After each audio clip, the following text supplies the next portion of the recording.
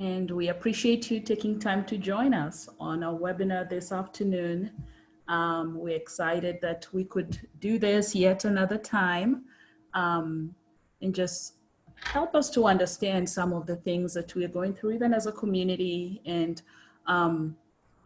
equip us as a people and as a community about the things we can do to serve our people and to save lives. And I thought it would be good for us this month to focus on trauma and domestic violence, because we are affected by trauma in a lot of different ways, whether it's directly, indirectly, personally, or even at a collective level, not to mention the more global trauma related to the pandemic, related to racial violence, related to domestic violence, and a lot of other things. So I just want us to take time today to learn from each other.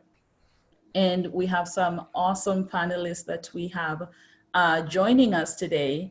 And so without further ado, I'm probably going to just get us set with our first presenter today. And I will try and share my, my screen so I can give you an idea of where we're going today. All right. So today, the setup of how our webinar is going to flow today is we're going to have Dolly Ocholla, who is one of our providers in our provider circle. She's going to start us off by talking about trauma and the impact and the symptoms and just how that manifests in our lives, regardless of what kinds of trauma or just how directly or close it is to home for us. And then we'll go on and have Sabrina Sahle, who will talk about her own personal journey through trauma. She'll bring a really unique and different perspective of how she has experienced trauma personally, indirectly, nationally, intergenerationally. And then I'll bookend us with talking about domestic violence and some pointers that may be useful for us to go through. So I'm going to go ahead and introduce Dolly. And so Dolly, who is a really good friend of mine, started her career. She had an associate's degree in respiratory therapy, and that's where she started. And then she decided to go back to school, and she obtained a bachelor's degree in public health with a focus on health education and gerontology from William Patterson University. And then she went ahead. This is a woman who does not stop. Another master's degree in marriage and family therapy from North Central University. She worked in public health for more than 12 years with focus on changing health behavior, and has been a marriage and family therapist for 3 years with a focus on trauma. So this is really in her area of expertise.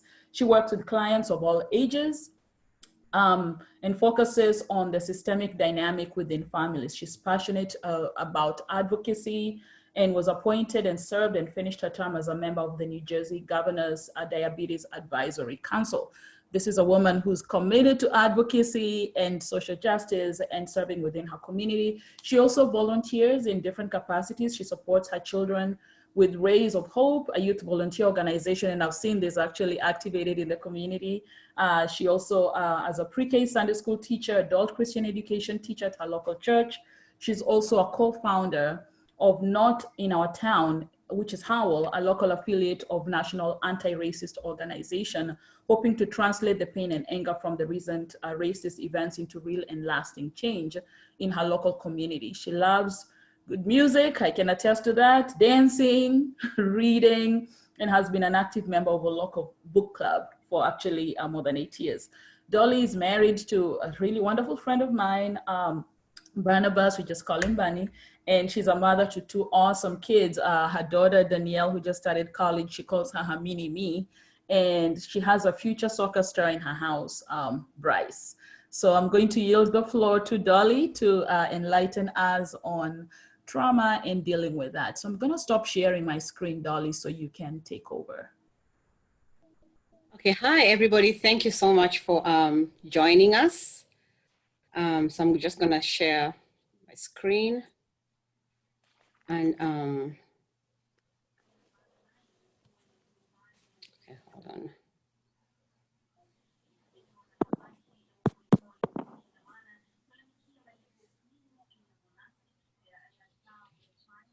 Okay, so I'll just share my screen. Let me just move this to the other side. Okay. Okay, so as you heard, my name is Dolly Ocholla, and I'm a licensed associate marriage and family therapist in the state of New Jersey. And today we're going to talk about trauma. And so what is trauma? So trauma, and I'm going to use the APA definition of trauma. It's an emotional response to a terrible event or events like an accident, rape, or natural disaster. And immediately after the event, there's shock and denial, and that's typical. It's not always the case, but sometimes it happens. And then there's also longer term reactions, including unpredictable emotions, flashbacks, strained relationships, and even physical symptoms like headaches, stomach aches, or nausea. And trauma can also be direct or indirect. And the best example I like to give of this is 9/11. When 9/11 happened, there's people who are right there at, ground zero, who went back to New York the next day. Like, they saw everything happen and they were like, oh my gosh, what's happening? But they went to New York the next day. But then you have someone who was maybe in Minnesota, who just watched it unfold on TV, and they're like, I will never go to New York, and I'll never go to New York, and I'll never get on a plane. So it can be direct or indirect. And then there's also different types of trauma. We have acute, chronic, complex, and vicarious. So acute trauma, it's usually a single incident and it occurs in life. For example, being involved in a car accident, being a victim of a crime, a natural disaster, or any other sort of trauma.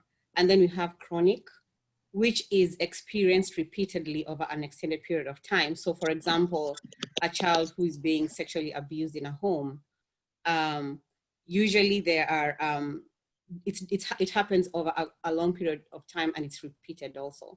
And then there's complex trauma. So this is someone who, for example, was on ground zero when 9/11 happened. Then a few days later, their mother died, and then they lost their job. So they have a lot of things happening at the same time, and that's what we call complex trauma. And then we also have vicarious trauma, and this happens when you're exposed repeatedly to somebody's trauma story. So, for example, when 9/11 happened, if you kept on watching the TV and watching the things unfold and people going to hospital and all that stuff, or as therapists, we are prone to vicarious trauma because we listen to people's stories over and over of trauma, or police officers who maybe respond to maybe a homicide detective or someone who is always responding to car accidents and they see the trauma all the time.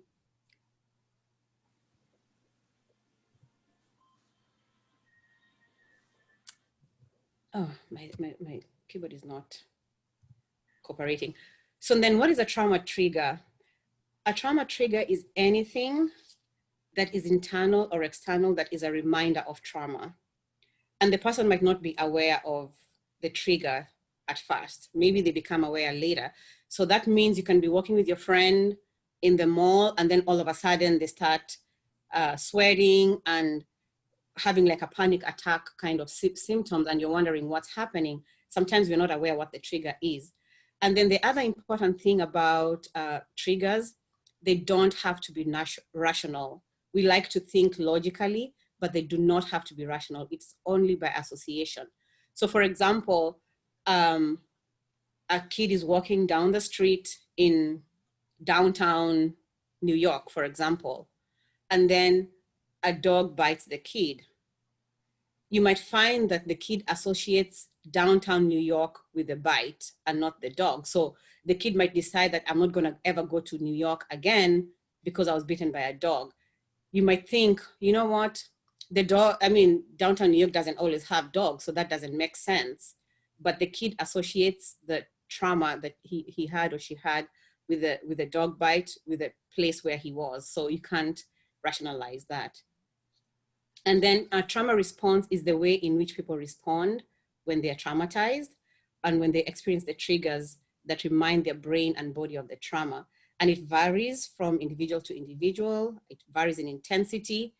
It varies from running away to being in denial to freezing, or even having physical pain.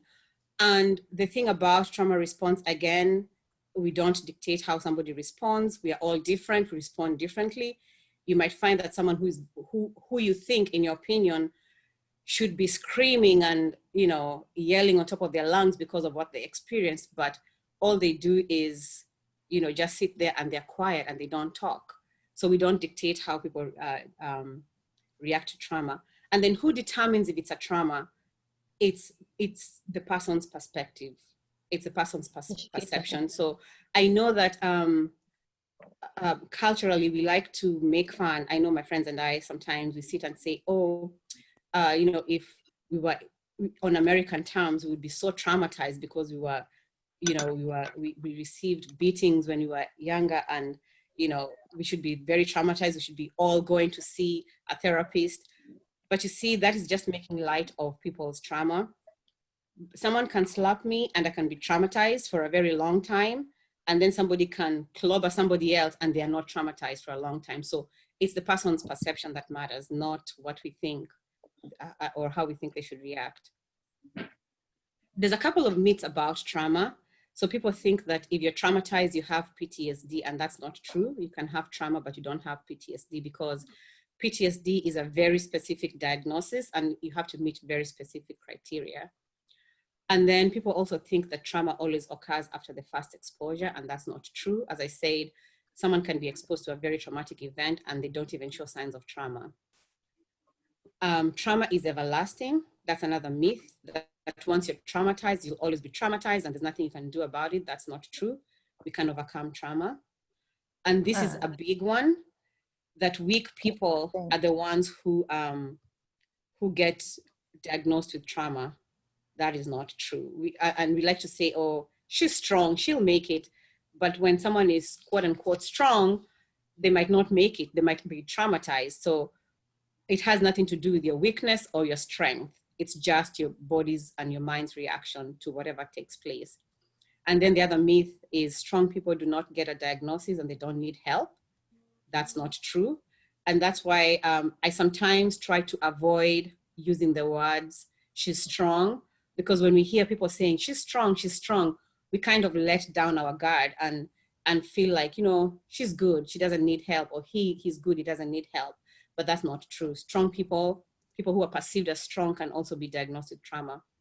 And then the other myth is only near-death experiences are equal to trauma. That's not true. As I said, somebody can just slap you and that can traumatize you. And then only soldiers get PTSD. That's not true. Anyone can get PTSD. So I'm going to talk about the examples of trauma. We have accidents, terrorist attacks, and I'm going to talk about, for example, Kenya. We've had examples of people being in a building and the building collapses. That's trauma. Child abuse is trauma. Sexual abuse is trauma. And some things that happen in your teenage years. So I'll give an example. I know that growing up in Kenya, I'm going to talk for Kenya, I don't know about other places, but I do remember that when somebody got pregnant, when a child who was a teenager got pregnant, what they would do is they would be sent to upcountry, which we used to call shags. You're pregnant, you're taken to shags, and then you have your baby, and then you're brought back to the city so that you can have children. So that you can continue your education. And what we failed to realize at that time is, as much as we're trying to make you look good and save the family name, is what trauma is that person going through? This is a young child who's already a child themselves, who has just had a baby. And then the baby is pretty much ripped off their hands and left somewhere else. So this is a new mother who does not have the chance to bond with their baby. And they're taken to maybe Nairobi or Nakuru or wherever it is to continue with life as if nothing happened. That is very traumatizing to a newborn mother. A mom who's just had a baby.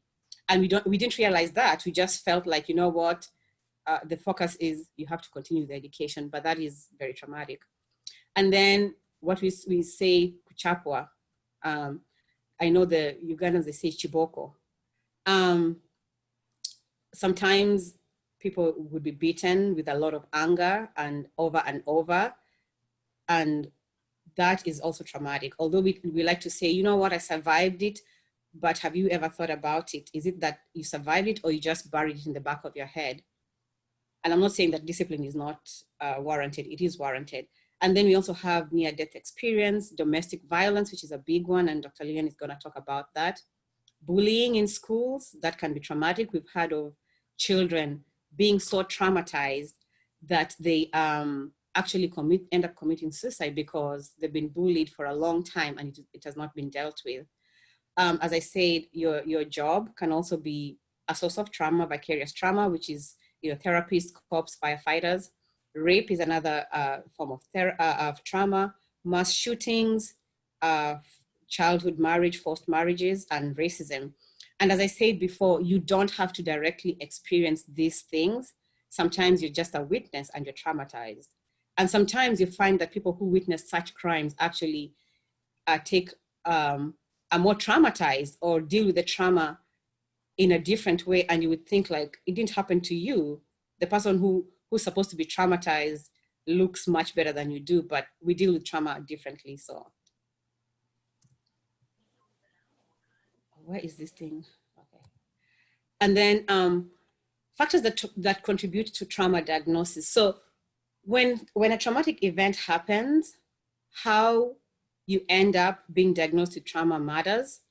So if you have a support system that is very, it's wholesome, people around you are supportive, they allow you to talk about your feelings and your thoughts, and they don't whisper around you when they're talking about the issue. They face the issue head on. They help you face the issue head on. Chances of you having trauma are lessened when that happens. And then of course, the severity of the trauma. So if it's, let's say you're in a mass shooting, for example, that might be severe, more severe than somebody maybe who was maybe bullied. I'm not saying that, I'm not comparing, I'm just giving an example. So, and then how much stress does that trauma cause you? That also depends and is also a factor that contributes to how well you'll recover from the trauma. And then there's also the genetics. Some people are just prone to succumbing to trauma than others.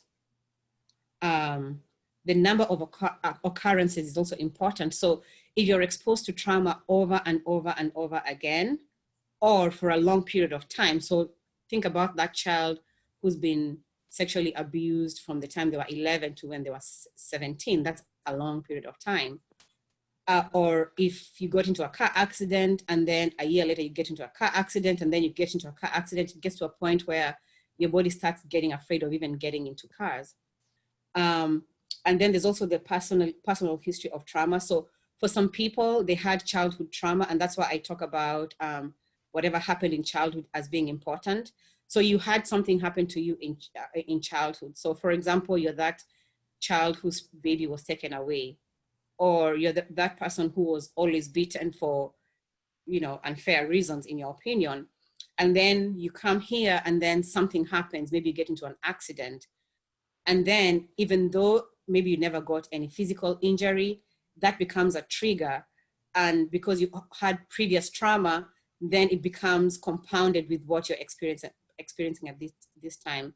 And then the other issue is how soon one deals with trauma. And that's why I said it's very important to have a good support system and don't pretend it did not happen. And that's a very big cultural thing. And I know in a lot of African cultures, for example, incest is not talked about, rape is not talked about.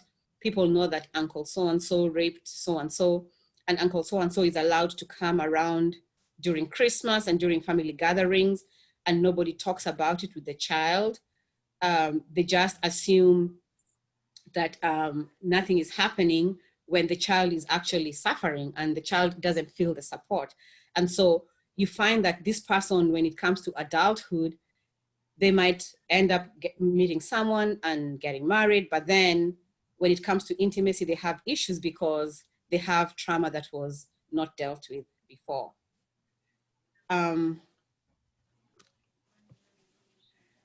So there's ways you can cope with trauma. there's healthy ways and there's unhealthy ways. So when trauma happens to you and you isolate yourself, and I know that sometimes that is a coping mechanism for some people, but it's not the best coping mechanism, because when you isolate yourself, you're removing yourself from reality, you're removing yourself from the support system that you would have, you're removing yourself from the resources that would be helpful to help you deal with your trauma. Avoiding feelings and bottling up your feelings. As I said, we come from a culture that we don't talk about feelings and thoughts that much. For example, many of us were never told by our parents, especially our dads, I love you, like those words, I love you. But you know that they love you, right? You know they love you because they buy stuff for you, they take you to school and all that stuff, but they never express their feelings. So because of that, sometimes it's hard for us to express our feelings. And I've also seen when people express their feelings, especially publicly, they become a gossip target, because like, oh my gosh, how could she say that publicly? Because we are so used to hiding our feelings and sweeping things under the rug and pretending things don't happen to save face. The other unhealthy method of coping is drugs. It's never a good idea to use drugs to cope, to numb the pain, or alcohol. Sometimes some people overeat. You eat a gallon of, or a tab, let me say a tab of ice cream because you're so stressed, and you don't know what to do, and so you go to food for therapy. Food is your drug of choice.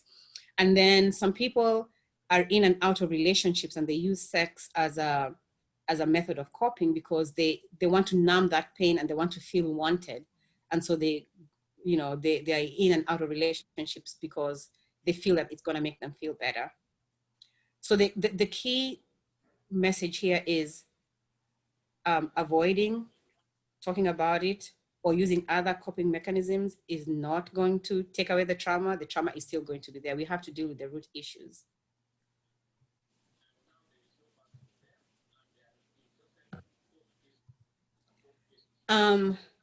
So what if you have children? So for example, right now, we can talk about George Floyd, or we can talk about racism, or anything that is happening right now.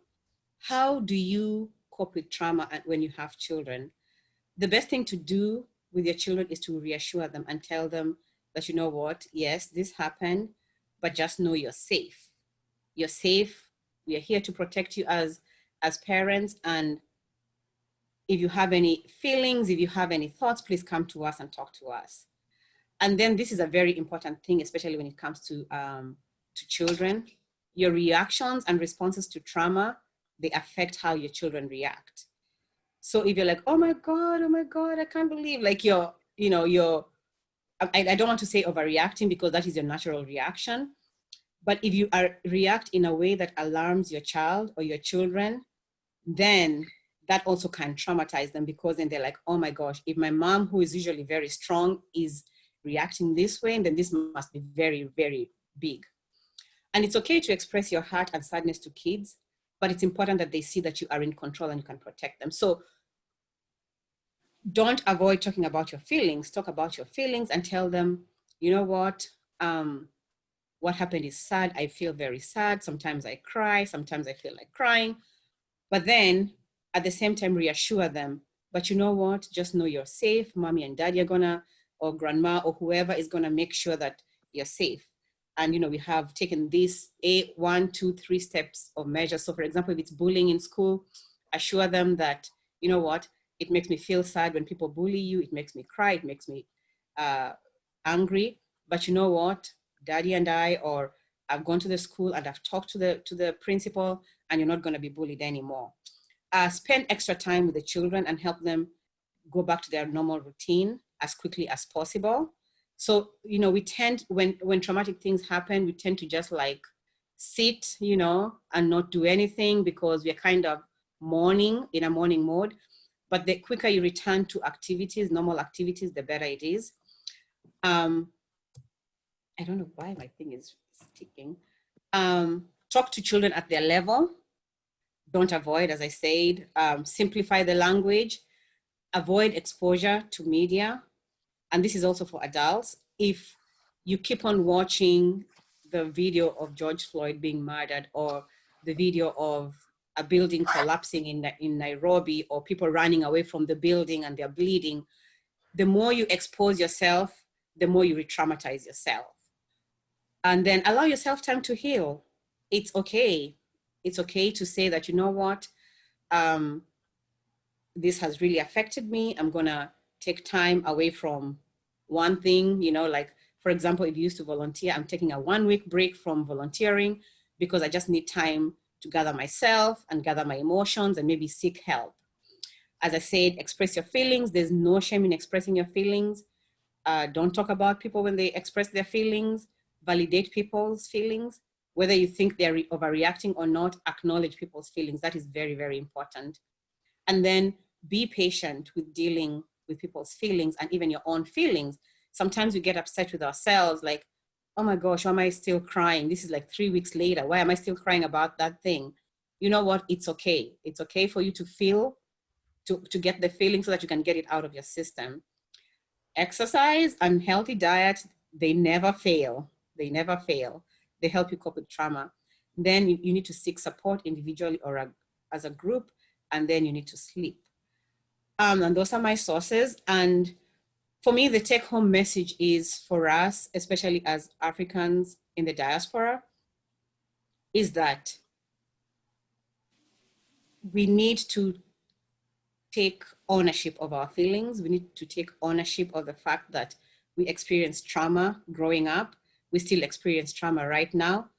And it's okay to talk about our feelings. Don't minimize when people talk about their feelings. Acknowledge each other's feelings.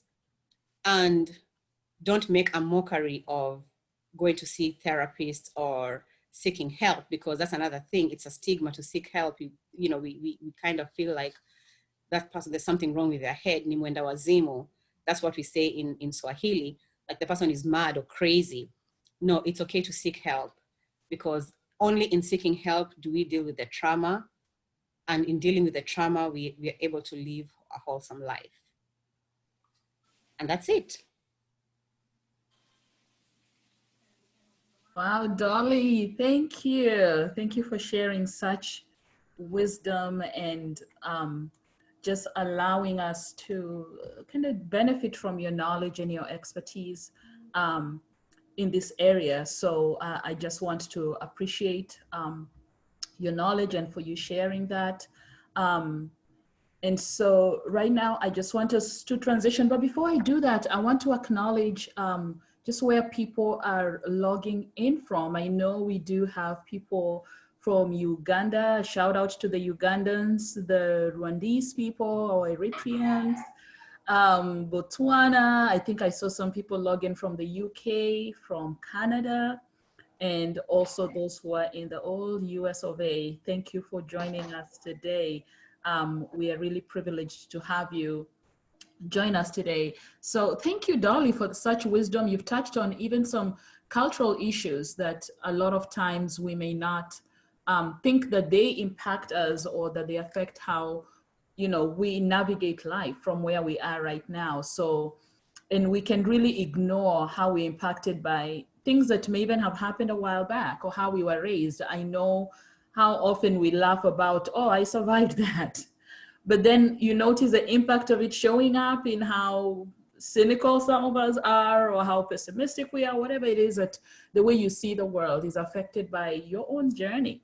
And so I'm going to transition us to our next speaker today, our panelist, who is Sabrina Sahle. This is somebody I've been looking forward to hearing her speak for a while now. And Sabrina was born in Asmara in Eritrea during a period of heightened conflict during the war between Eritrea and Ethiopia, which lasted from 1961 to 1991. Those of you who are not aware of the history there. After Eritrea gained its independence, there was a significant transformation in all areas of administration, and that included the educational system, a complete transformation. And during that season, when Sabrina, during her final year of high school, another war broke out between Eritrea and Ethiopia, which was the beginning of the ongoing border conflict. and tensions that actually remain to the present day. However, she continued with her education and she graduated with a degree in educational psychology from the University of Asmara in 2003. And she eventually left Eritrea in 2004 and she attended grad school and was later granted political asylum. She came to grad school in the US. She applied for political asylum and it was granted to her. Her parents and her siblings, her sisters, they also left Eritrea and they now all live in Sweden. Sabrina, being here in the US, she completed her 2 graduate degrees from Ohio University, a Master's of Arts in International Affairs and a Master's of Social Work. Both of these panelists today are like go-getters. They're just like, I can do 2 master's degrees, you know, just juggling the both of them. So she worked after that at refugee resettlement agencies, during which she worked with really a diverse population of people in Columbus, Ohio, and as well as Atlanta, Georgia. And her areas of interest, as you can hear from just her introduction, include working with international students, immigrants and immigration issues, issues around resilience and trauma, cross-cultural studies, and culture-specific issues in mental health, like what we are doing today. She lives here in Salisbury, where I live. We live in the same local town. And she lives here with her husband, who's also my friend, Joe, who's one of our faculty, and an adorable young man, her son, Senai, who I just love that kid. Sabrina is a licensed clinical social worker and is actually a member of my staff at Salisbury University's Counseling Center. And so without much ado, I will hand over to Sabrina. I will stop sharing my screen so you can take over. All right, thank you so much, Lilian, for inviting me and everyone here today. As Lilian said, this is my first public speech, and especially talking about myself, which I don't like most of the time, but we'll do it today. So I'm going to share just a slide to give you an idea of like the visual aspect of where I come from, and to see just help me guide the my story. Okay.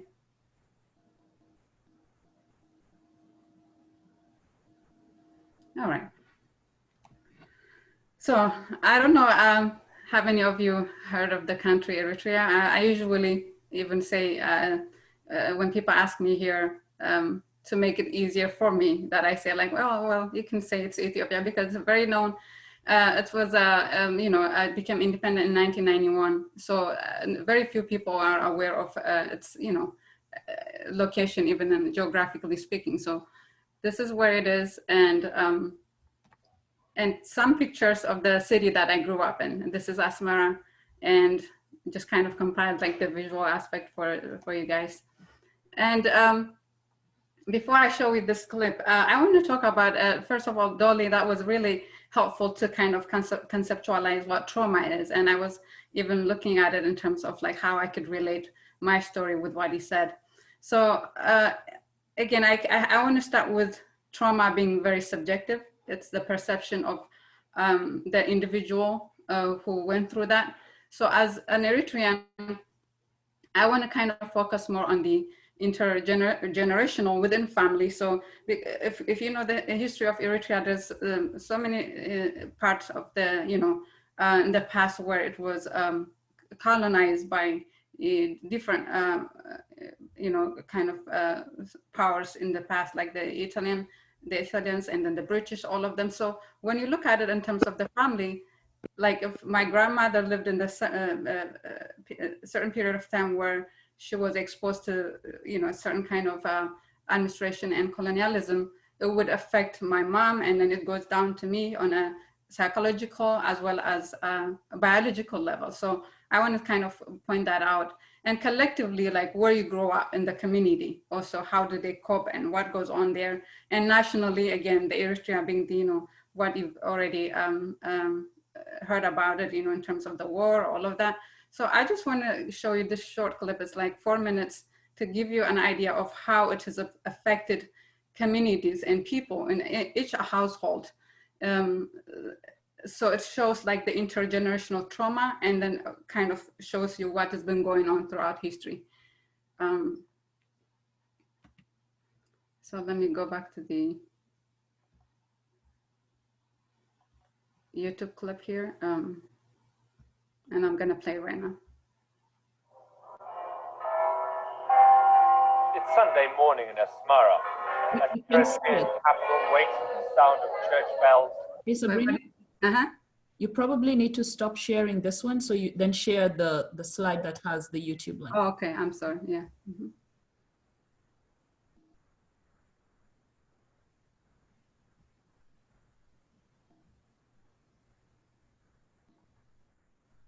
Can you see it now? Yes. Okay, sorry about that. It's Sunday morning in Asmara.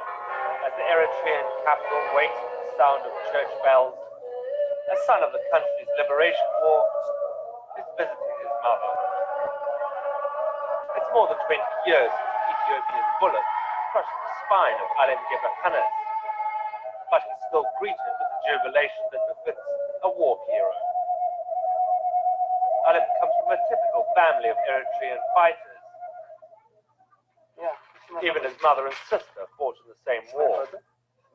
The Eritreans call them the Tegadelsi, the fighters.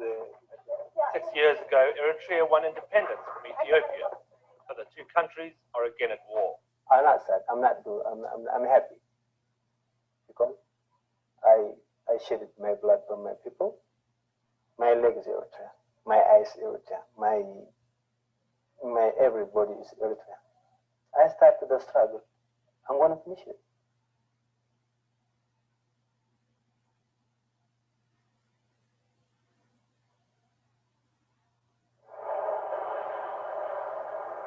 This road leads to the border between Ethiopia and Eritrea. There, over 500,000 soldiers are positioned for the next round of a pointless war. Over the past 2 years, 70,000 Eritrean and Ethiopian soldiers died.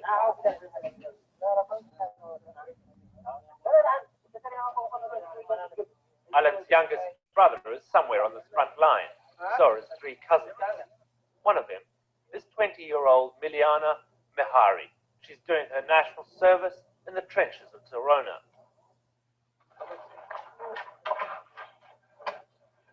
On this battlefield, there's no distinction between men and women. This is our trench, our team's territory. I was near to that tank over there. In March last year, Ethiopia invaded Eritrea, supported by over 5,000 tanks. Miliona fought in the very front trench, side by side with the male counterparts. It was the single biggest battle of the war.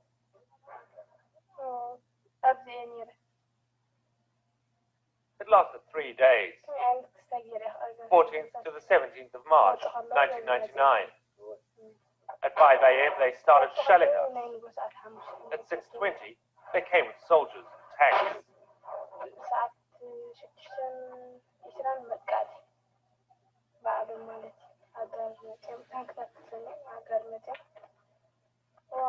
They came in waves, wave after wave. They kept coming to us. They had more arms, but we were strong. They lost their arms, property, and lives. After 3 days, they were destroyed. They've never attacked us again.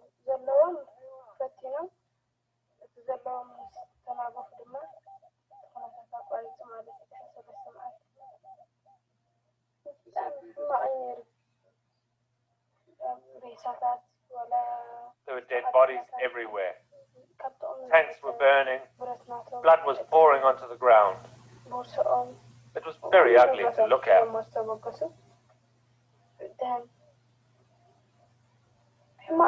I don't feel sorry for them at all. They came to our land to attack us. They wanted to harm us.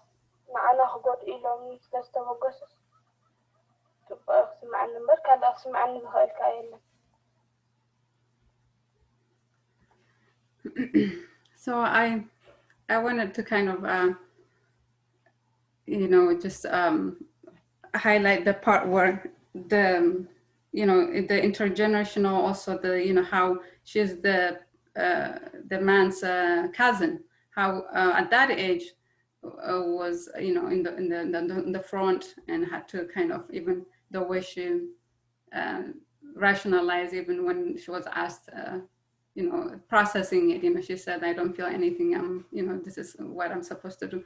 And, you know, there's so many things that we can explore in that short video, but I just wanted to show you even the, you know, how it looked like and what's going on, and it's still the case. So I hope that gave you an idea of the situation in Eritrea. And going back to my story now. So at that time, this is like 1999 and after, where at that time I was the end of high school for me.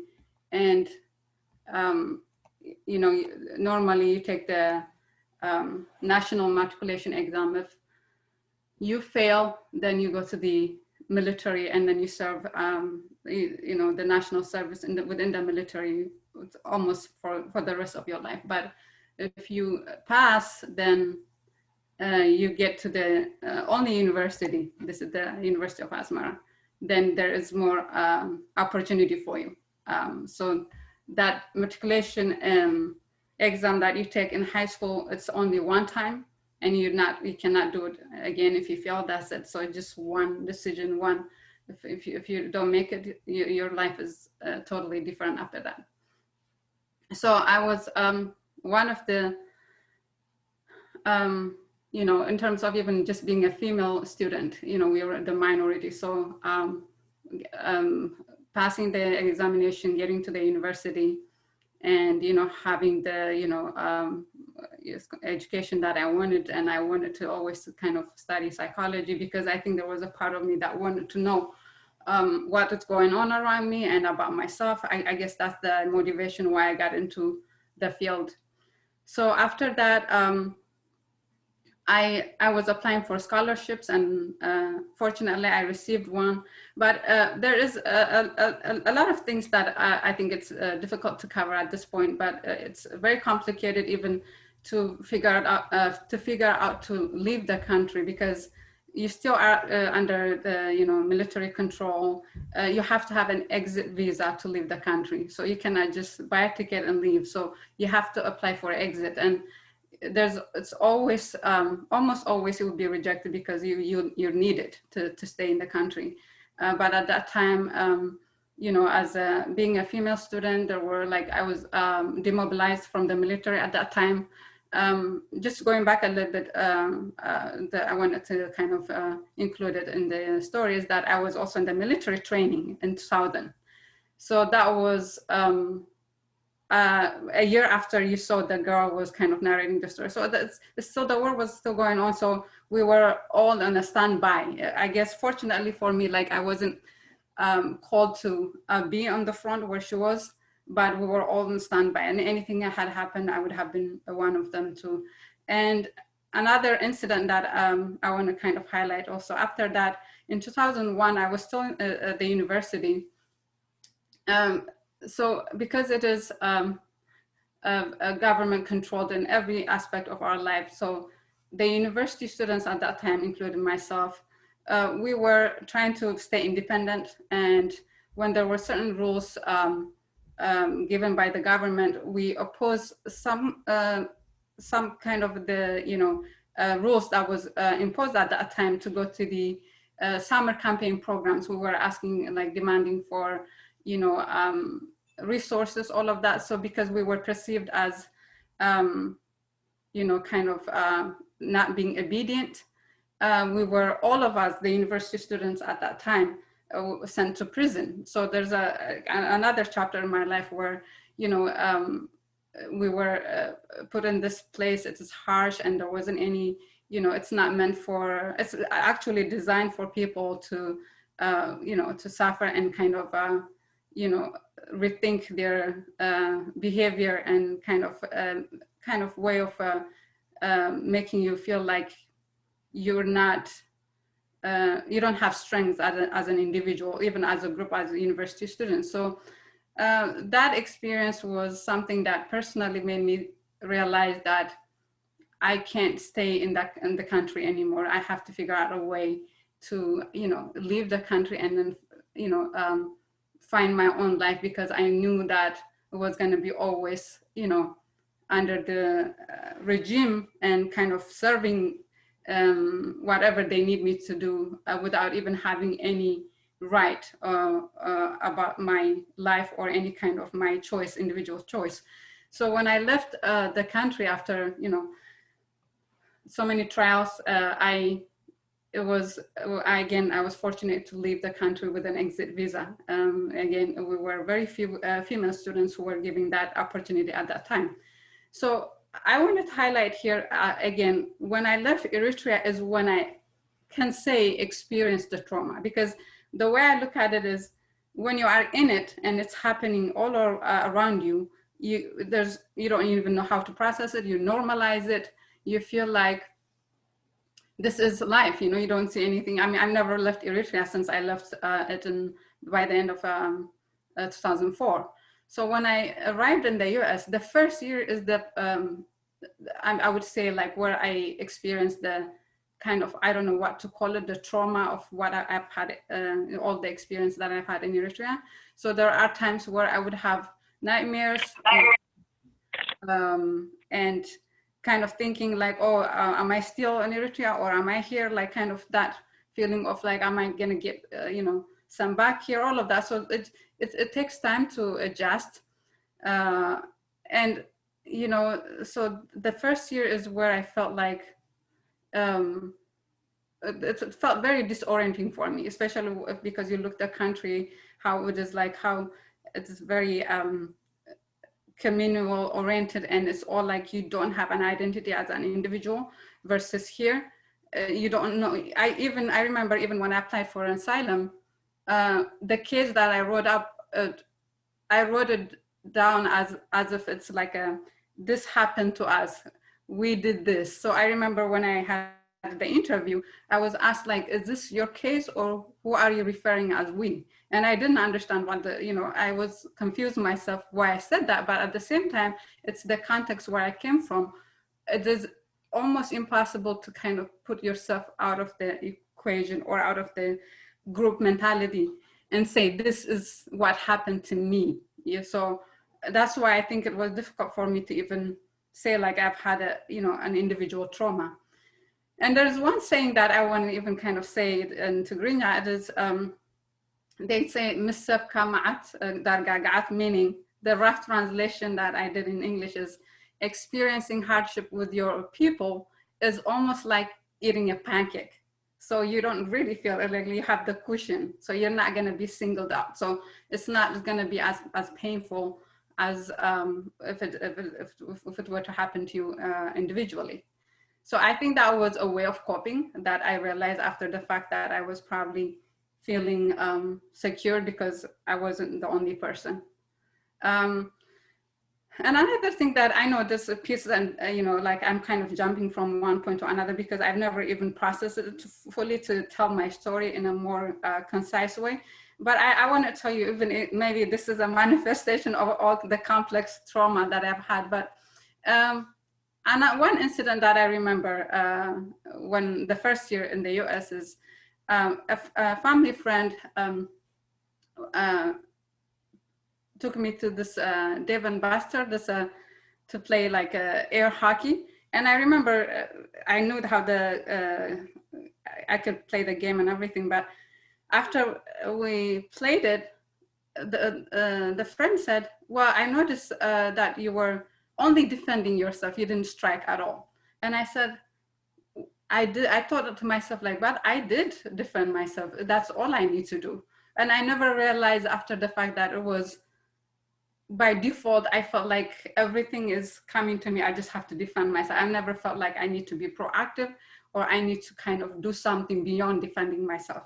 So that was like a realization after the fact. It took me a while to kind of make even that connection to how I felt at that moment. But again, I'm just giving you some examples of how you can even process it, and it takes time. Another point that I also want to make is when I had my first class as an international student, one of the classes was about human rights. And I was like, okay, this is simple. It's going to be an easy class. And the more we learn, I was thinking to myself, so I remember that feeling, saying to myself, so I have more rights than I thought that I did. My definition of having human rights back in Eritrea was to kind of, it's like a buffet. You have a choice within that. And you can say A, B, C, then that's your human right, versus going beyond that, saying like, I don't want this food. So it hit me, even this is as a graduate student, I was thinking, I realized like I had to learn a lot, even the things that I assumed that I knew. So this is just examples to help you kind of give you perspective. But all I wanted to say as a just kind of a summary of it is, my way of coping throughout this was to just take it day by day. I never really thought about the future as much. I guess my mind didn't want it to. It's not like I realized that it's the best coping strategy, but I thought for some reason it was, I couldn't process the future because it was so much to like, it is maybe too scary to think about the future. So my life was always doing what I need to do day by day, which was helpful, I think, now that I think of it. But I didn't know that was a way to cope with it. It just kind of naturally came to me. So again, generally what I want to say is that, again, what Dolly was saying, it is very subjective what trauma is. You know, again, people might say to me like, oh, you were in prison in Eritrea. That must have been really traumatizing. It wasn't, as I said, it is more like, because I was with the, you know, the rest of the university students, it didn't feel like as traumatizing to me at that time, even now. Traumatizing for me was coming to the US, going through the immigration process. Asylum case was, I would say, more traumatizing. So I just want to end it by that, and just kind of, when you meet, especially immigrants or refugees or asylees, you know, encouraging them to tell their stories, validating their feelings, I would say is the best thing that you could do for them. Thank you. Wow, Sabrina, thank you for allowing us to just have a glimpse of your life, have a glimpse of what your own journey has been. And I'm honored that you'd share that. I know I work with you every day and we don't get to talk about some of the personal journeys we've had, but you know, just coming and sharing that after Dolly and just talking about your own personal journey and, you know, the power of collectivism in the sense that there is some kind of buffer and protectivity that comes from being a part of a group and being a part of being together with somebody, because trauma can also be very isolating. So you know, you brought up a lot of things that you know, I just need time to unpack in terms of even for the group, for us. And I'm hoping people are learning something, because it takes a lot of bravery to be able to share your own journey with people. And I think I've mentioned that my even capacity to share my own stories, because I know it will strengthen somebody else. I know that it will normalize somebody else's journey. It will validate somebody else's experience. So I just want to appreciate you for taking time to share that with us. And we'll definitely have you again. And I want to ask everyone, if you have questions as our presenters, our panelists are sharing, just put them in the chat box so that they can, or feedback, you want something for them to hear and you want them to respond to something, or something was triggered as they were talking, just put the question in there and we'll see if we can respond to them. I did receive a lot of questions from most of you when I sent out the announcement about the webinar today. And I would say a lot of those questions were around domestic violence. And so that's what I'm going to get into right now, to talk to us about some issues around domestic violence, and we'll come in and wrap that up. So I'm going to try and share my screen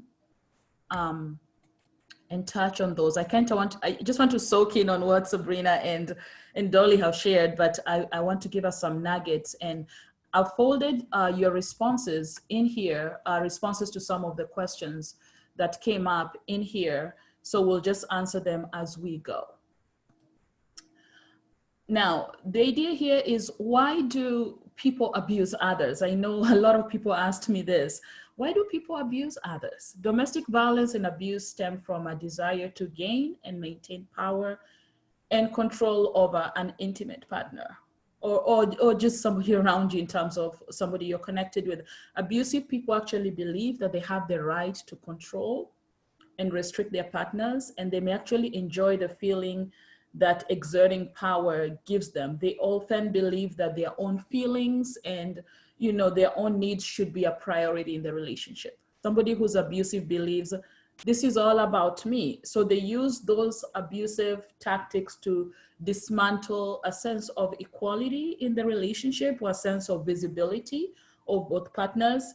And they make their partners oftentimes feel less valuable, less important, less visible, less powerful, and less deserving of any kind of respect. So that's why people do this. And if you really take time to talk to somebody who's experienced, especially domestic violence, they'll tell you, my partner really just wanted control. And I wouldn't say just, I will say my partner was after control and dominance. That's really the core of domestic violence. And I wanted to share this, this wheel for us to be able to, it's a power and control wheel, and I got this from the Domestic Abuse Intervention Project.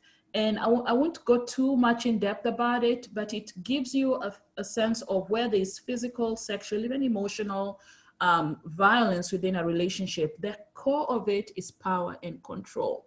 And if you look at the top quadrant on my left, it says using coercion and threats. You will find somebody who's abusive is making or carrying out threats to do something to hurt her or him. And I'm saying we use the pronouns she and her for the victim, assuming that a male perpetrator abuse can happen to any gender. It can also be the other way around. But it's something about, maybe they make you drop charges. We see somebody reports it and then they say, I'm not gonna press charges, or they make them do illegal things. They also use intimidation, and they make the person afraid by using looks, actions, gestures, especially in public, or they may smash things, they destroy your property, they slash your tires, they punch the wall next to your head so you can hear it in your ear, they abuse your pets, they kill your cats and dogs, or they hold a gun to your head. That's intimidation in the context of a domestic violence relationship. Then there's the emotional abuse thing, where they put you down. They make you feel bad about yourself, calling names, making you think you're crazy. They play mind games because they make you feel important, but they also make you feel very unimportant and humiliating and making you feel guilty. So it's all about power. They use isolation. This is a really big one, especially now during this COVID season, controlling what you do, who you talk to, who you can text, who can contact you. They have your passwords to everything. So they just isolating you. You can't be around your family, limiting outside involvement, especially now during the pandemic. You're just indoors with the abuser. Or using jealousy to justify actions and say, if you go spend time with your sisters, I guess you don't love me. I guess you don't care about me. Very manipulative, minimizing, denying and blaming, making light of the abuse, not taking your concerns seriously. There's just so many things that will go on in there. And at the end, the person who's abused, the victim feels like, wait, I caused it? How did it? And because they have been playing mind games, it's very easy as a person who's abused to think, oh, it is my fault. And then the bottom quadrant at the 7 o'clock spot there, using children. And that is when they make you feel guilty about children. You're not a good mother, or they threaten the children, or using the children to relay messages, using visitation to harass you, threatening to take away the children. And that's very powerful, because that's putting children in the middle of an abusive situation, and using male privilege. You're treated like a servant. This culturally can be a factor for us as African people, because we come from a culture where male privilege is actually a big deal. where you're the domesticated person in the home. I'm making reference to if this is women, they make all the decisions, they have all the money, they say, I'm the master, I'm the king in this home. They define roles, they say what you can and cannot do. That can be a part of the abusive system. And culturally, sometimes we're not able to tell the difference because we're thinking our culture is like that. But people may be using their privilege to be dominant and abusive in a relationship. And then the economic abuse, preventing you from getting a job, you're staying at home, you don't go to college, you don't have your little side business, selling clothes or bananas or potatoes, cleaning houses. They don't want you to develop that independence from them. An abusive person does that because they want you to ask for money. They want to be able to give you an allowance because that's powerful.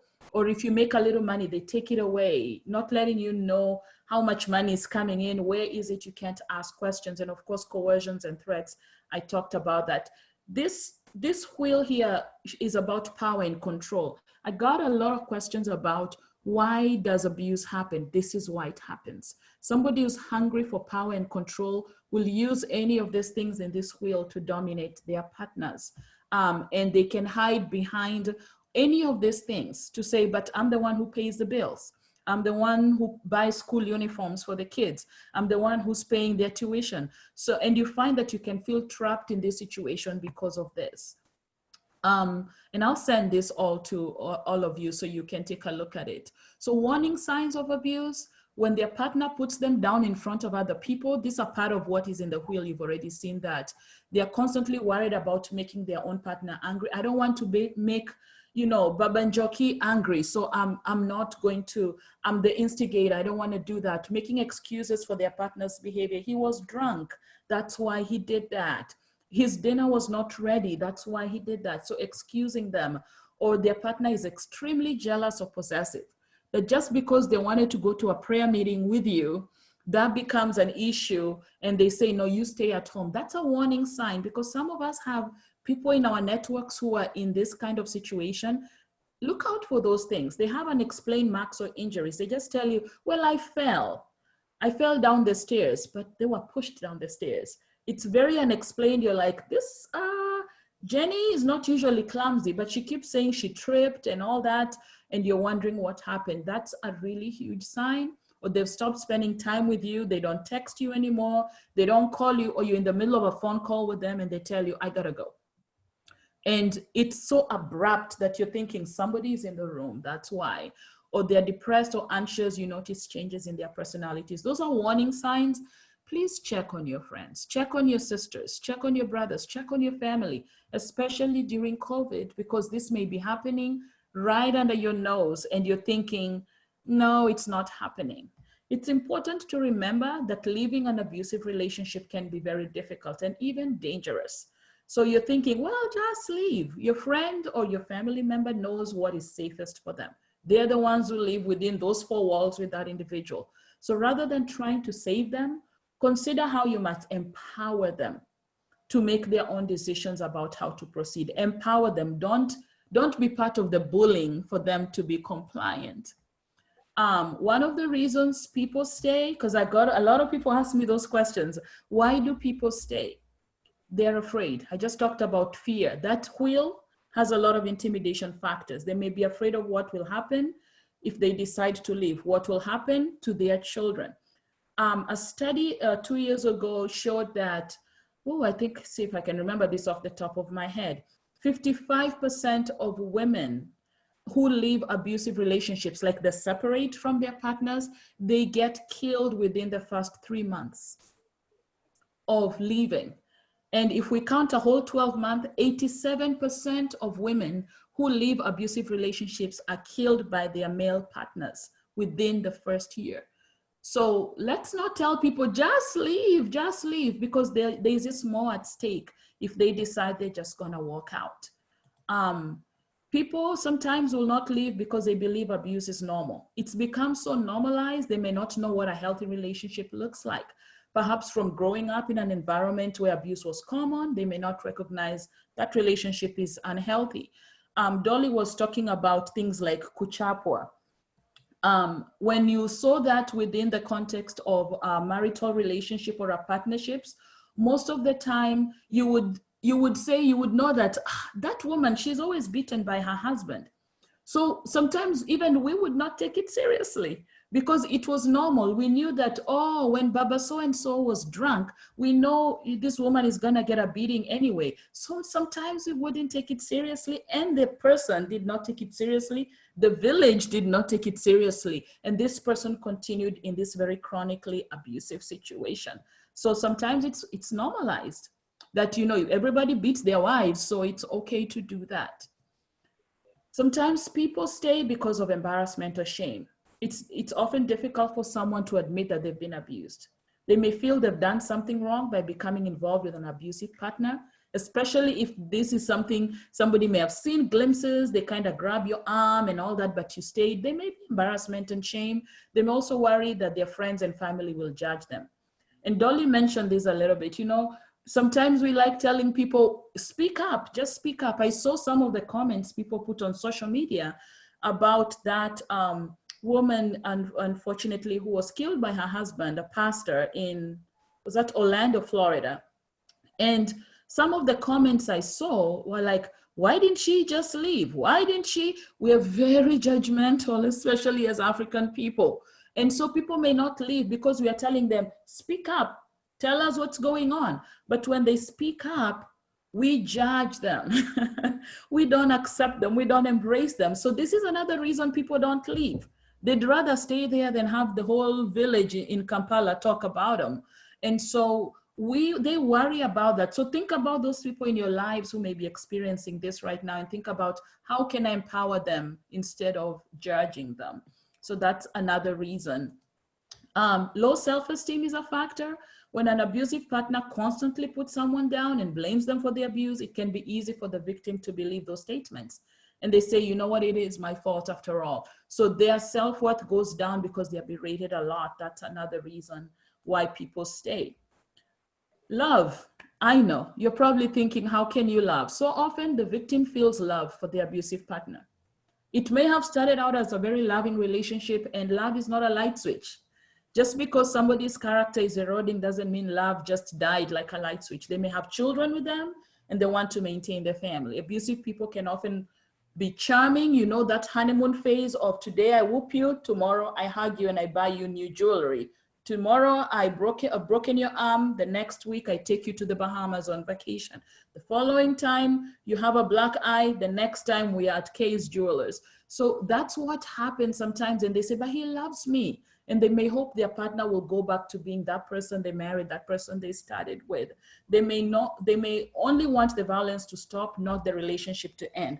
So when we tell them, just leave him, she's like, but I love him. It may not make sense to you, but it doesn't need to make sense to you. Another important reason why people stay is because of disability. When someone is physically dependent on their partner who's abusive, they can feel their well-being is connected with the relationship. This dependency could heavily influence their decisions to stay, especially if this is a person who takes care of them, the person who pays for everything, the insurance is in their name, all their care is in this person's hands. They may say, nobody would take care of me. They can't move in with you, so sometimes they stay for that reason. People may stay, this relates to us because of cultural and religious reasons. Traditional gender roles supported by our culture or religion may influence us to stay because we don't want to bring shame upon the family. And this may be any religion where we shun people who have left marital relationships, whether separation or divorce or anything like that. And culturally, as a collectivist people, we actually shun people who leave relationships. So people say, okay, I'm just going to hang on to this one because if I leave, it means that I am shunned from being a participant in religious activities and all that. So that's a huge piece in our culture as well. Lack of money or resources, this is related to being dependent on people. This is common. Financial abuse, my goodness, is really big. And a victim may be financially dependent on their partner without money or access to resources or a place to go. It may seem impossible for them to leave, especially if this person is a sole provider and this person, the victim has no education, no job security, no savings. they're not gonna leave. They're probably going to stay. And they're going to say, I'm gonna find a way to just make this work. I'm gonna find a way to make him love me, to make him accept me. And I think this may be my final reason for why people leave is language barriers and immigration. If a person is undocumented, for those of us who live outside of our countries of origin, they may fear that, that reporting the abuse will affect their immigration status. Reporting abuse will not affect your immigration status. Also, if their first language is in English, it can be difficult to express the depth of their situation to others, especially if the person, the abuser, is the one who has the status, holds their passport, is processing their green card and all that. That can be a huge deal. And I think I had a slide here about just abuse among immigrants.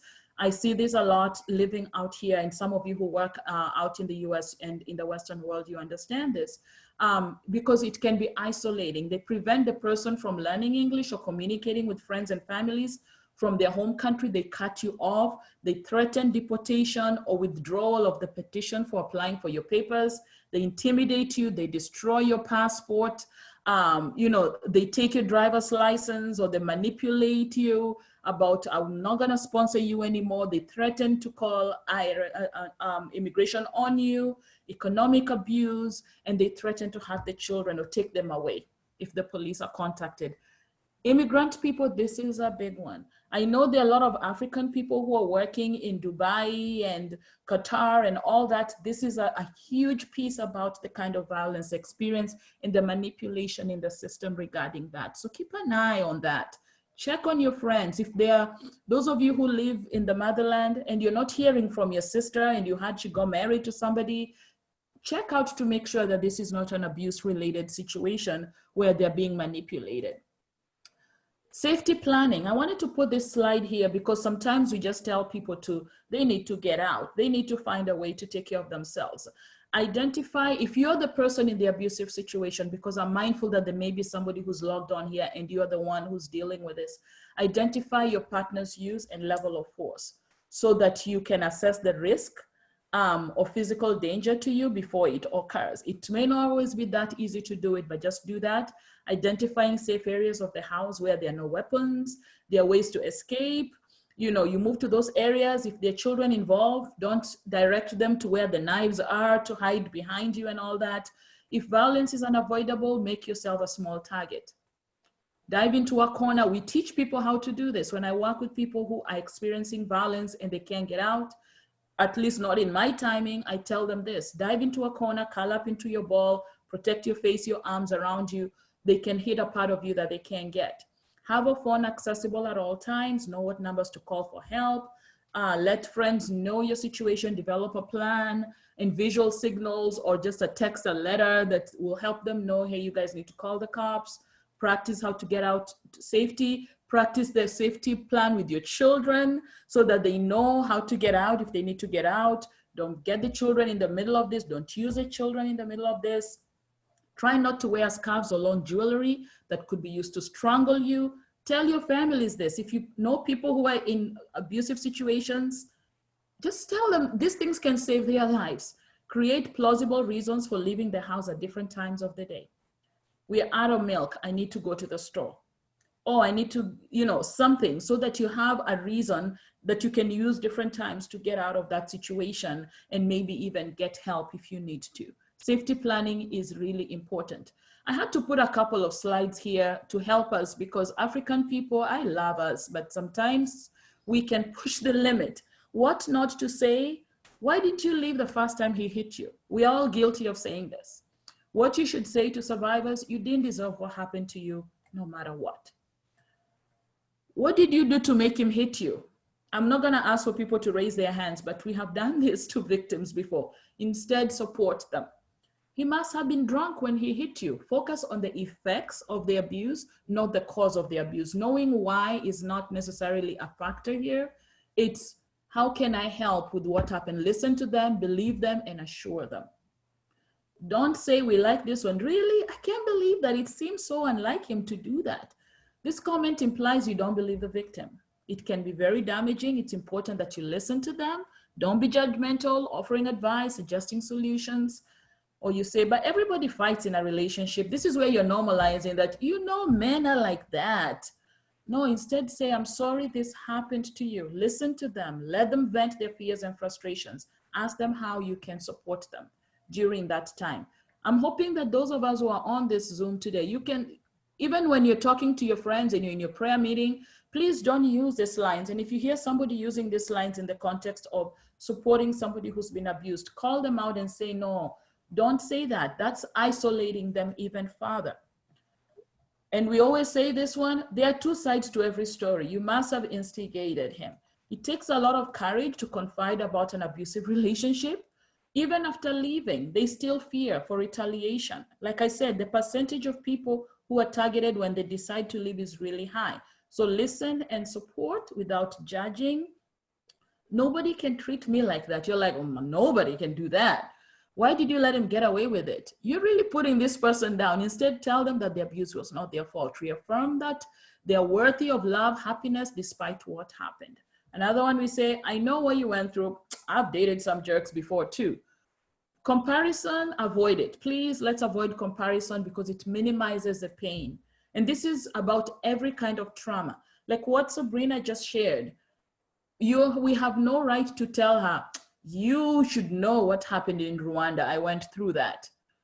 No, that's minimizing her experience. Instead of, you should put your stuff aside and say, this time I'm just here to support this person. Ask them how they've been experiencing what happened to them. And don't tell them it's time to stop dwelling on it. Instead, understand that any loss can trigger grief. Sabrina was talking about stuff that happened a long time ago and it still affects her. She's still processing. So never minimize what the survivor feels and think that, well, it's time to move on. No, you stay in your corner and just be supportive. If you don't know the right thing to say, just leave it alone. I'm about to wrap up. So in those two slides, I've shared some of the ways to support people in abusive relationship.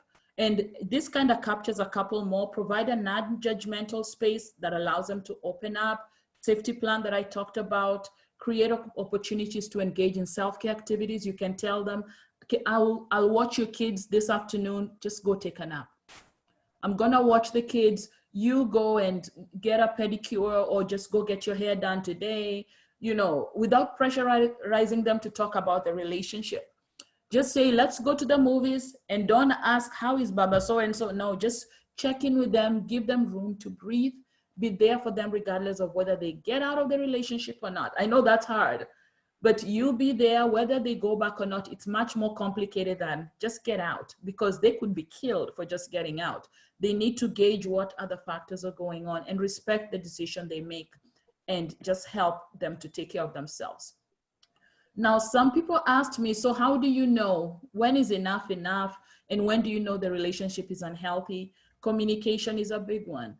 It's where you talk openly about the issues, about problems, you listen to each other, you respect each other's opinion, you value each other as you are. There's trust, you believe what your partner has to say, you don't feel the need to prove each other's trustworthiness. If you're in the kind of relationship where you have each other's passwords, don't be the person who's always checking, so who did you call? That tells me there is no trust. You're always checking their emails, you're checking where did they go, who were they with, you're tracking them. That is not a trusting relationship. Healthy relationships, people are honest. You're honest with each other, but you can keep some things private. You know, you can do your own thing, you can have money and go spend it, and he says, that's $200, you said you were gonna do whatever, that's your thing. You don't feel like you're answering to the boss and accounting for every dime and balancing the books for him to see. That's not honesty. Healthy relationships, there's some sense of equality, and I'm not talking from a feminist perspective, I'm talking about where everybody has a voice. You make decisions together, you hold each other to the same standards, you enjoy personal time together apart or alone with others, and you respect the time to be apart. If you're in a relationship where you're suffocated by your partner, that everything you do together, then it means you don't have the ability to build an individual identity. You should be able to hang out with your girlfriends and he doesn't feel a need to be a part of that experience, and vice versa. And a couple more is being able to make mutual sexual choices. because abusive relationships can have a sexual component to them. A healthy relationship is where you can talk openly about your sexual and reproductive choices together, so that all partners willingly consent to sexual activity and can safely discuss what you are and not comfortable with. I know we are African men and women on this call, but a healthy relationships is where you don't feel coerced to engage in sexual acts that you don't feel comfortable with. You should be able to have a conversation and say, honey, this doesn't quite work for me. You know, I don't feel like today is a day I want to be sexual. You know, you should be able to have those mutual decisions. And then the economic piece, where you can agree about your finances, you have access to the resources you need, you engage in supportive parenting, where all partners, you agree on, this is what you do, this is what I do, this is what I'm able to do, and you communicate together about the needs of the children and how to do that. I know this is a lot. So finally, these are just resources. These are slides I'm not going to dwell on. I'm going to send this out. These are gender-based violence hotlines. I got this from our partners in Nairobi. And so I'm going to send this out. If you need a place where you can call, you can contact people and services, you can do that. That's gender-based. This is child protective services in terms of hotlines. And even if you're not in Kenya, you can call these numbers and they probably have a better grasp of resources in your local region. I have to apologize that because I don't live out on that part of the world, I'm not versant with all the options that we have, but I will certainly do some research to find resources in the other countries as well. Some free resources that some partners in Kenya sent me. Gender Violence Recovery Center of Nairobi, these are free. At the Women's Hospital, have branches in a bunch of places. Mada Hospital, Nairobi Metropolitan Services, and Ngara AMT Clinic near Guru Nanak, and a bunch of other places. I'll send this out. In the US, there's so many hotlines. I'm going to send this out. These are resources for survivors. We have resources for children. We have resources for teenagers. We have resources for different abled people, women of color. There's abuse among the elderly has skyrocketed in this country. And so that's another area where take those numbers and you can call if they're elderly people being abused, immigrants, also men. I'm not going to ignore that men are not participants or involved or survivors. Or sometimes they are the people who need the help sometimes. There are numbers there that we can call. There's some legal services here that you can call and they can direct you to the right places to get those services as well. I think that is probably the last slide for now. I'm going to stop there and see if there are any questions that people had. I'm gonna go to the chat box and see if there's anything there. So somebody asked, can an abuser who has been violent in his previous relationship change? Can they be abusive to their kids as well? Yes, somebody who's been an abuser, who's been violent in his previous relationship, they can change if they get help. Because if somebody is in the habit of abusing other people, then it is very possible that if they get help, if they rethink their approach, if they get some support and they're educated on just the impact of the abuse, even if it's cultural, something they've been doing, it's possible that they can change. I actually know some people who have been abusers in the past, and they've noticed how it's impacted people. Sometimes, unfortunately, the person they abused no longer is in their lives and does not want anything to do with them. And then they get into new relationships, and I've seen some people change. I wish I could say it's always a happy ending like that, but not always the case. Can they be abusive to the kids? Yes. Because they know that you may value a relationship with the children. And so they may actually say that the only way to get to you is with the kids, especially when there's custody involved or there are vulnerable children involved. If you have children with disability in there that they need services that only he can pay for, he may manipulate that or he may abuse the children.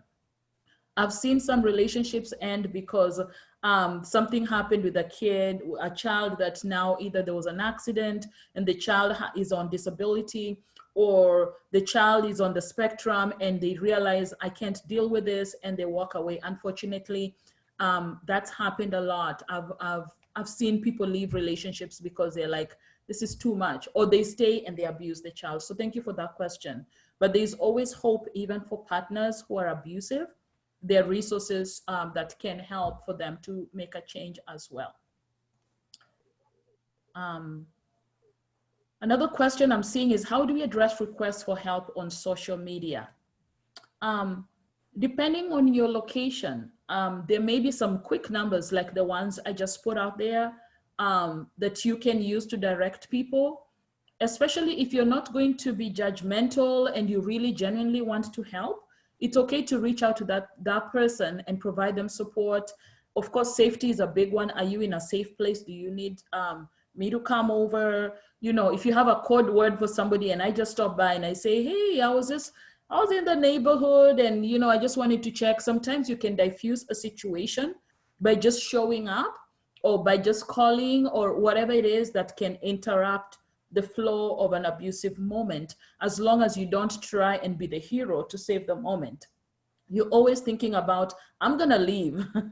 So I'm still going to leave this victim with this person who's abusive. So I would say on social media, I inbox people and I ask those questions. What can I do to help you? What do you need? Are you safe? Do you need me to call emergency services? Do you need to call the police? Are you able to get out? Are you safe right now? Where are the children? You know, where is the abuser? So you kind of problem solve quickly, or you direct them to services.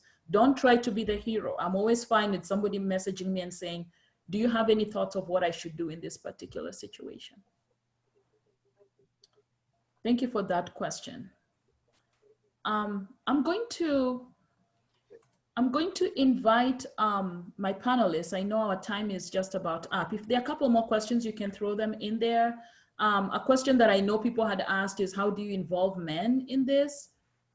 We have conversations, and I'm glad I see some men logged on here today. We talk. You just find a way to, somebody who has influence in those conversations, I would invite them and say, let's talk.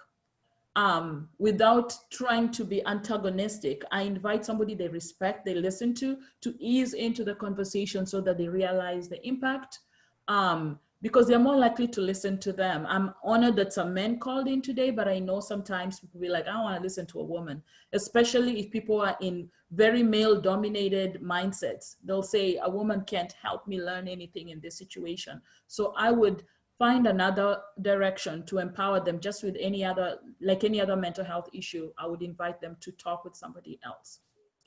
So in the interest of time, I'm going to call on Dolly, I think I see you there, to have some final comments. Maybe just take a couple of minutes and say something real quick as we wrap up.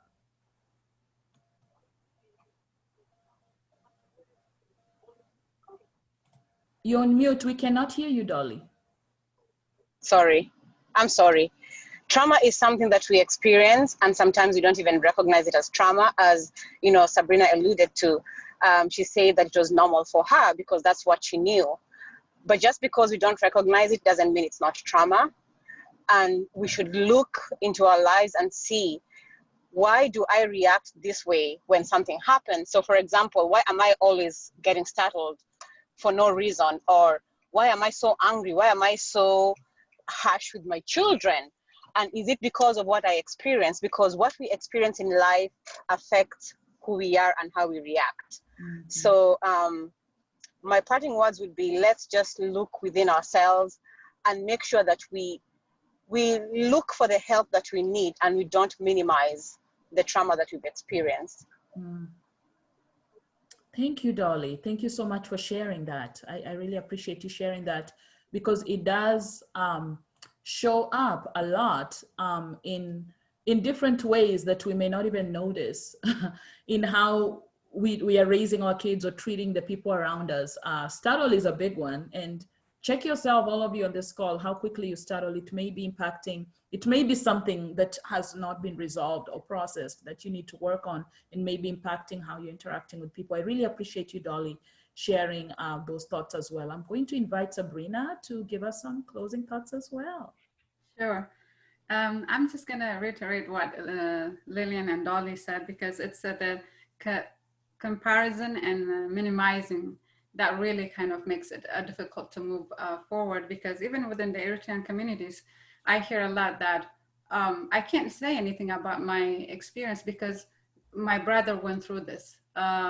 My neighbor through this. Like, it's like comparing it constantly to the point that you feel like it's not something that it's almost like suppressing it, or not acknowledging the fact that you went through your own experiences. So I think it happens. I guess maybe I can assume that it is common among, maybe African communities in general, where you always compare, because I think it's the communal kind of mentality, and then kind of minimizing, because if you do that, then it's gonna just stay with you forever.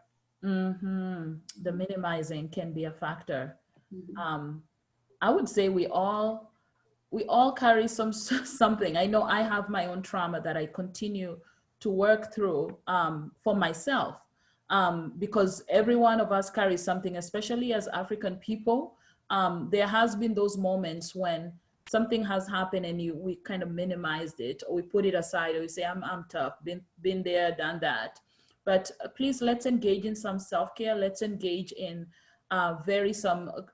let's increase our self-awareness about how we are doing and how it's impacting our well-being and our functioning. Let's check in on each other. Let's be candid with the people in our lives in terms of even pointing out areas that may need some work, because trauma can go down a couple of generations. And when that intertwines with culture, sometimes you may lose track of which is which.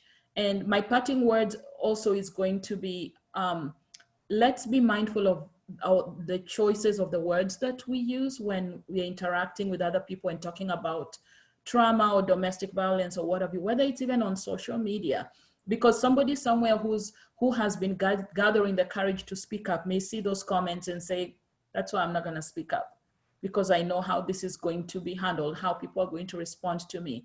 I would charge all of us on this call today, be that person that is available to listen, affirm, not judge, receive, support other people when they actually share what's going on. I know there is always a curiosity as African people. I want to know why. I want to know why. Sometimes the why is not important. Be a part of the healing journey instead of being a part of, I just want to satisfy my knowledge of, so why did he do it? Why did you? I'm like, no, how can I support you? The why is so secondary. They may tell you that years down the line, but let's be present. And the question that's been asked about men, there are resources for men, and I'll try and post those out there as well, because men can also be in abusive relationships. There's an increase in violence among men in gay relationships. That's very heightened, because even when they call the cops, most of the time it may be minimized as these are just men, and as opposed to if there's a woman in the picture. So there's a heightened domestic violence among that group as well as other factors. I know in Africa there's a lot of other factors that we don't even have the time to go through now, but I just want to appreciate all of you for your interest in calling in. And I wanted to, maybe the last thing I'm going to share before I let us go is when our next meetings are. Let me see if I can get to those slides real quick as we close today. So our October meetings are coming up. We're going to have a webinar like this is going to be at the last Saturday of the month. That's October 31st at the same time. And then we will have the provider circle, which is just for people who are providers, people who are in mental health counseling, or whether it's religious counseling, whatever it may be. You're welcome to call us. If you're in training, you can still join us, and that is going to be October 10th for the provider circle. I'll send out an announcement to you. If you're a provider and you want us to add you into our network, you can do that. You can also follow us on social media. If you're on Facebook, you can look us up, Promoting African Mental Health or Network of African Mental Health Providers, and I can add you onto the group. And you can also follow me on social media. And with that, we're going to come to a close. Unless anybody has any other question, I'm going to just say thank you for logging in, and I'm going to wish you all a beautiful weekend. Thank you all.